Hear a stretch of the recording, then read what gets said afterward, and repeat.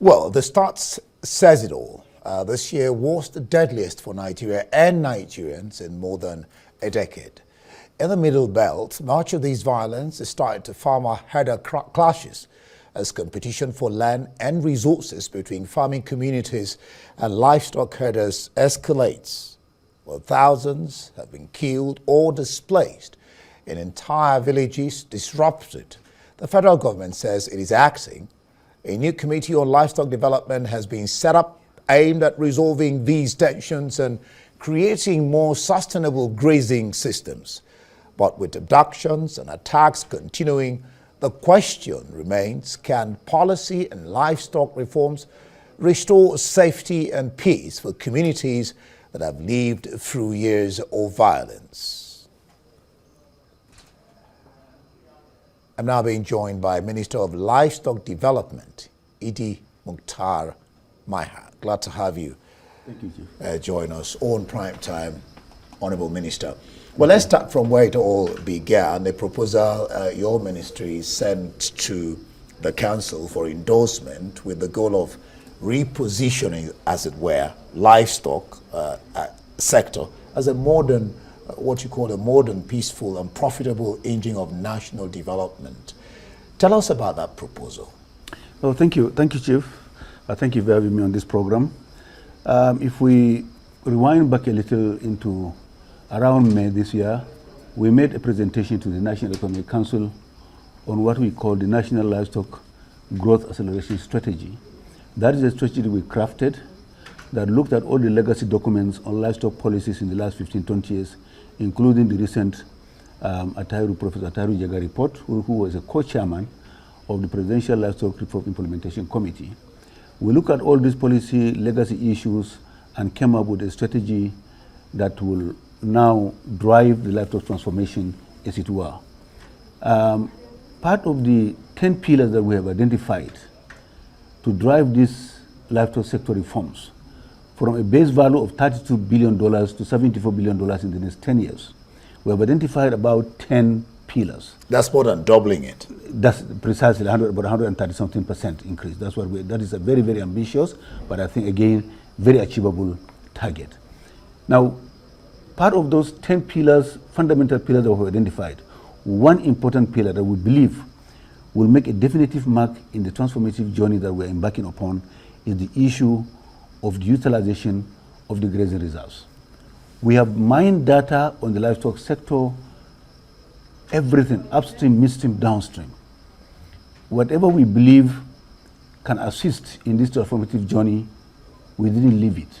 We incorporated it and identified the milestones. We have about 417 grazing reserves spread in this country. About 273 have been gazetted. The others are still not gazetted, but they are still called grazing reserves. So there's that legal lacuna, but they are still there.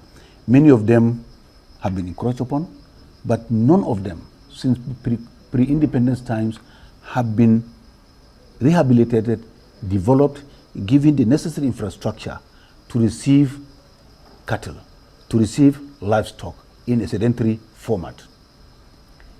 Therefore, in spite of the fact that these have been well intended, but intentions do not change until there are practical steps on the ground to make sure that what you intend has been practically demonstrated and made ready to serve the purpose for which it was meant.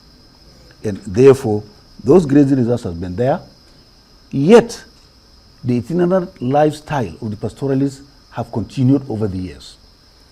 Now, just like the writer said, in the last 15, 20, 25 years, there has been an escalation of conflict arising from farmer-herder crisis. Now, what led to all those? Let me repeat myself here. Number one, we have an aggressive urbanization in the country. Remember, we have 36 states in this country, plus FCT. Every state probably can boast of not minimum of 2 cities that are housing more than 1 million human beings. There have been demand for infrastructure development, schools, hospitals, roads, expressways, so many things are happening.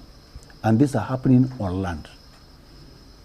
There is this issue of, again, climate change. Yep. Today in this country, probably we're having dying rivers. We only know of one Dead Sea, somewhere in the Middle East, but we're having dire rivers because of climate change, unpredictable weather pattern. So many things are happening. And yet, the animal husbandry pattern has not changed. And because of that, it has also led to overgrazing. Many of the biodiversity we have known before have all disappeared. So something had to give in. Now, we looked at all this, and part of the transformative efforts that this government is embarking upon is to change that unsustainable pattern of animal husbandry from traditional, open system, migratory, nomadic, to something that we believe will be sustainable into the future and will be crisis-free. How do we do that? Let's get back to the 417 grazing reserves. They are there in the state governments. Other lands are available where grazing reserves have not been created by law. Now, this is what we are saying. And Mr. President, on the 10th of this month, on the floor of the Federal Executive Council, strategically directed that the National Economic Council should look at that measure transitory to transit into sedentarized animal husbandry system. And therefore we were asked to prepare a memo. We were ready in fact. We had our data, we had our systems, we have a model that had been costed, and that's what we presented to the National Economic Council. Now that presentation was made, and probably we'll also find time to go into details of the fundamental direction of that presentation. Yeah, very important. Now that you've mentioned the question of grazing, because I mean that's one of the touchy issues, the grazing. But are there agreements on ranching? And how do you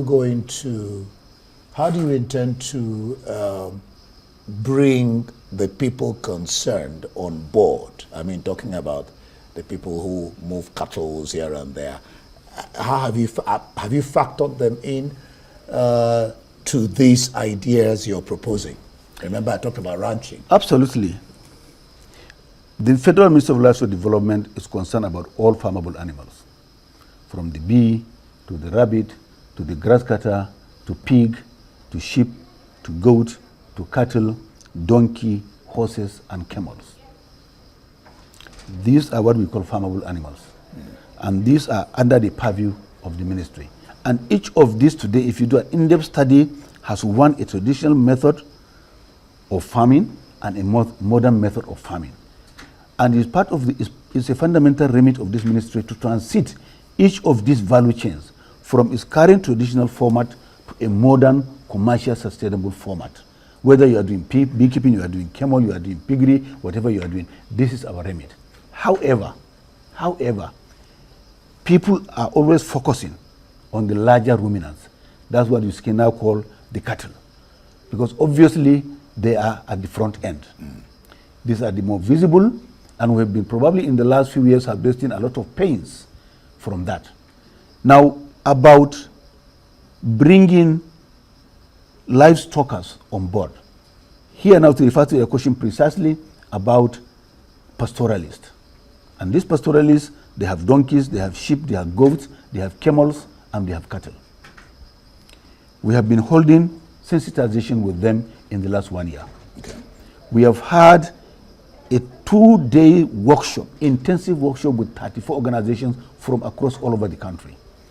And wherever I have visited, and I visited a number of states across the geopolitical zones, part of the itinerary we've been doing was to also organize all livestockers from poultry to sheep to goat to cattle and everybody to sell the idea of that transition. What is the intention of creating this ministry? What are we supposed to do? How is it going to impact them? How do we want them? The model we have developed didn't fall from heaven. We discussed them, we visited the grazing reserves, we did an evaluation. Some of them have actually received some form of infrastructure some times ago, but there was no ownership. So they dilapidated. But this time around, we went to them, held discussion with the leadership, discussed with some of them, down to the grassroots to ask, okay, there are grazing reserves that have been meant for you. What do you think would be necessary infrastructure for you to go in there? They need pasture. That is grass for the cows, for the sheep, for the goats, for the donkeys and the camels. they need water naturally. And where you have a large number of animals, you also need veterinary clinics. Where you have a large number of human community, you also need primary health care. And invariably, where are schools going children, and they do have them, they also need schools. They also need energy. In this case, we are not talking of national grid. Of course, yes, where it is possible to take national grid. But more sustainably, environmentally friendly, we are talking about solar grid. We have agreed on that. What do they also require? They require a number of things. Now, where you have, for instance, 50,000, 90,000 heads of cattle, a number of issues would arise. How do you now allocate that land for crop farming? They have to go into cultivation, and then you also allocate land for pasture, and you also allocate camp for cattle that are going to be fenced. So this is the model we have designed. Now that model will entail, one, you have to do a survey of that grazing reserve, a natural artery of road that will go in, and then like a rib, they will now branch into the grazing reserve, creating accessibility, creating also, removing also dark forest and other places that can also hide criminals. So all these will have to be done. So this is what we're talking about. We have now a model. Part of that model, we're talking about veterinary health care, we're talking about primary health care, we're talking about school, we're talking about markets, we're talking about what do you call it, pasture development. And for that pasture development, we are not going to go in to develop the pasture for them. We will build their capacity to develop pasture and teach them, and then also give them micro earth dams using either natural gravity for irrigation or solar driven pumps, water pumps, to be able to irrigate the pasture, so that once the animals are there, they would have no reason to move. Remember, migration, nomadism is not cultural. It is a survival mechanism for the animals. They move from point A, where there's no water, where there's no fodder, to point B, where it is available. So with this now, they'll be able to come together.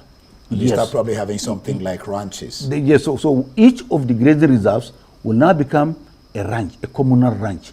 But remember, not every state in the country has grazing reserve. So what we are saying here, we are also urging, under the auspices of the National Economic Council, state governments where ranches are not available will also dedicate land where we are going to develop communal ranches. Now that so that means that in every sector of this country, there is going to be an economic activity that is tied to the livestock value chain. It will be pig progeny. I visited some. I was in Opuje. I was in Yandev. These are pig progeny centers, and we are going to multiply them. You are also going to have small ruminants, sheep and goats that will now have multiplication centers. They will run in their thousands. That is also going to become a ranch. Good. You mentioned states now. The committee is also tasked with identifying states willing to participate in the implementation of this program.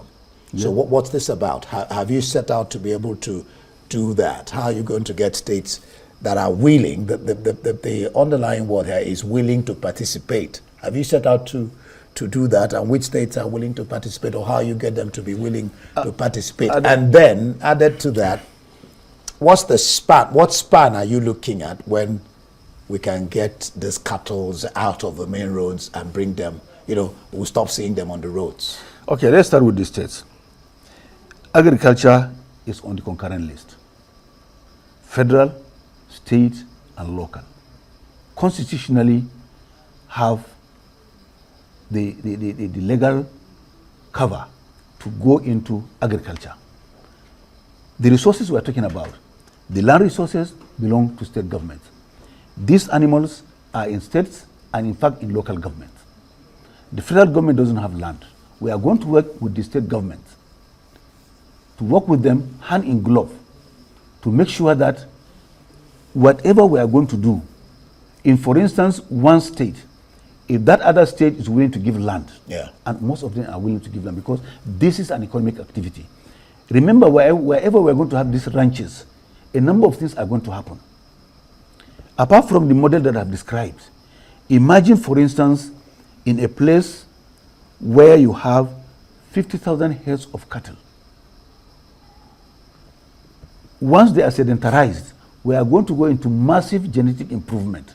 instead of giving 1 or 2 liters, each mama cow is going to now give you 30, 40 liters going forward. Out of a herd of 50 cattle, if you look at the character of a national herd, probably 45,000 will be breeding cows. Each breeding cow is going to give you 30 liters of milk. That is enough to attract dairy processing. It will come with jobs, it will come with other economic activities, poverty eradication, empowerment, improvement in nutrition for children, food security. This is what we are looking at. Now let me look at, let us also look at beef. Where you have 50,000 hectares of cattle, how many bulls are you going to get in a year? And this ranch will also incorporate feed lotting, where you are going to fatten bulls for upcoming abattoirs in the country. So it's a whole mix that we are looking at. Where you have 50,000 heads of cattle, each cow, when it poo-poos, it will poo-poo 25 kg of solid waste every day. And that is enough fertilizer. for not just, we are not there yet, for biodigester. You are not going to get energy, clean energy from that. The residue of the sludge, when you extract the gas, will now go to making organic fertilizer. Also, when you have an abattoir, you are going to have hide and skin that will now also provide artisanal leather works, shoes, bags, caps, belts, etc., etc. So this is what we're looking at. The economic prosperity is unimaginable. So the whole idea is that let us become less emotional about animals. Let us become more realistic. Let us look at the business sense. Okay, what do you really mean by becoming less emotional about animals? But before you answer that, you've raised an issue which is very poignant, the question of food insecurity arising from farmers' inability to go to their farms because of what I mentioned, their activities of terrorists, bandits, and kidnappings. How are you going to walk around with this, with what you have, marshaled out to make sure that farmers are able to get to their farms against kidnapping so we can have food security? Thank you very much. Every society has a fair share of criminality. Of course. Banditry, kidnapping, other forms of rural crimes should be separated from livestock. I am not the Minister of Defense. No, you're not. I am not the IG of Police. But there's a convergence. There's a convergence. I don't have army, soldiers, or anybody to go after criminals. We are trying to adopt a non-kinetic measure to settle pastoralists, to settle those who are in livestock business, to work with them, to modernize their business. The itinerant, the nomadism we're talking about, yes, there are issues of farmer clashes because of competition over scarce resources. We have recognized that, and that was our takeoff point when we started this engagement. Now, what we are saying, the fallout from whatever rural criminality you have, let's address it as criminal. And those who have the remit to address criminality are doing a wonderful job. For us here, what do we need to do to settle, sedentarize, improve on the economic activity of animal husbandry? We want to do that by reducing the incidences of mobility from point A to point B. And we can do that by rehabilitating the grazing reserves, making sure that these grazing reserves are properly equipped with the necessary facility to receive animals. And these animals will remain there. While they are there, we'll do a number of things that will now impact on peace. Number one, if they are not moving from point A to point B, we will buy peace with that. Because in the course of movement, invariably they can stray into farmlands. Exactly. And because the traditional conflict resolution mechanism has collapsed, people take laws into their hands. Once your farm has been encroached upon, if you take recourse to the law, you'll be compensated. And it is happening, it's still happening in some states in this country. I am aware. It is happening. All these incidences do not happen. Of course, there are varying degrees. But that traditional conflict resolution mechanism has collapsed. People have become impatient. But normally when it happens, people get compensated. It is even happening here in FCT. I know of cases where certain things happen, and they went to the ROs, they went to the traditional leadership, and it was resolved. Now, we want even that one to stop. When these animals are there, the economic productivity will become higher. We cannot, for instance, do breed improvement if animals are moving. You can't change a moving target. If we want to do artificial insemination, we synchronize your animals in point A. When we come back after 72 hours for insemination, they say you have moved over to point B. We can't run after you. It won't work. Number two, disease control is also very, very important. Number three, social consideration. You and your family, you are moving all over the time. You can't attend school, your children don't attend school, your family don't go to clinics, you don't enjoy anything.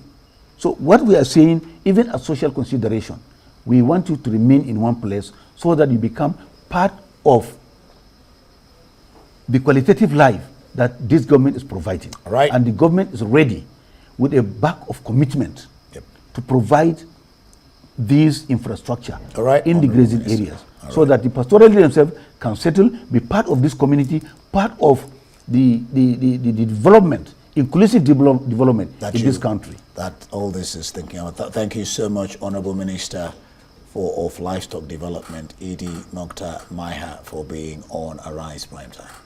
You're welcome.